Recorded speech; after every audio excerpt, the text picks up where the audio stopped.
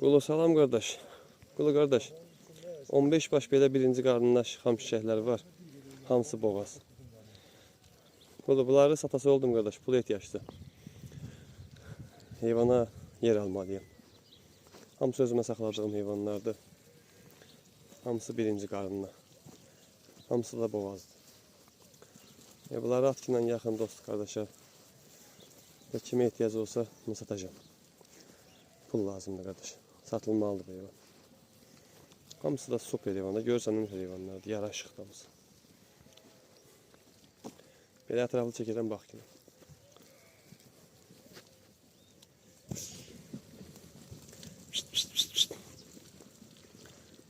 Yok qıraqda gücə yelinləyib. Yelinlərini də verdirlər qardaş.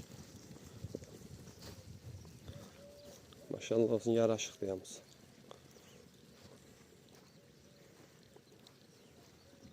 Beyləqan rayonunun qardaş Tatıllar kəndindədir heyvan. Tatıllar cinsi.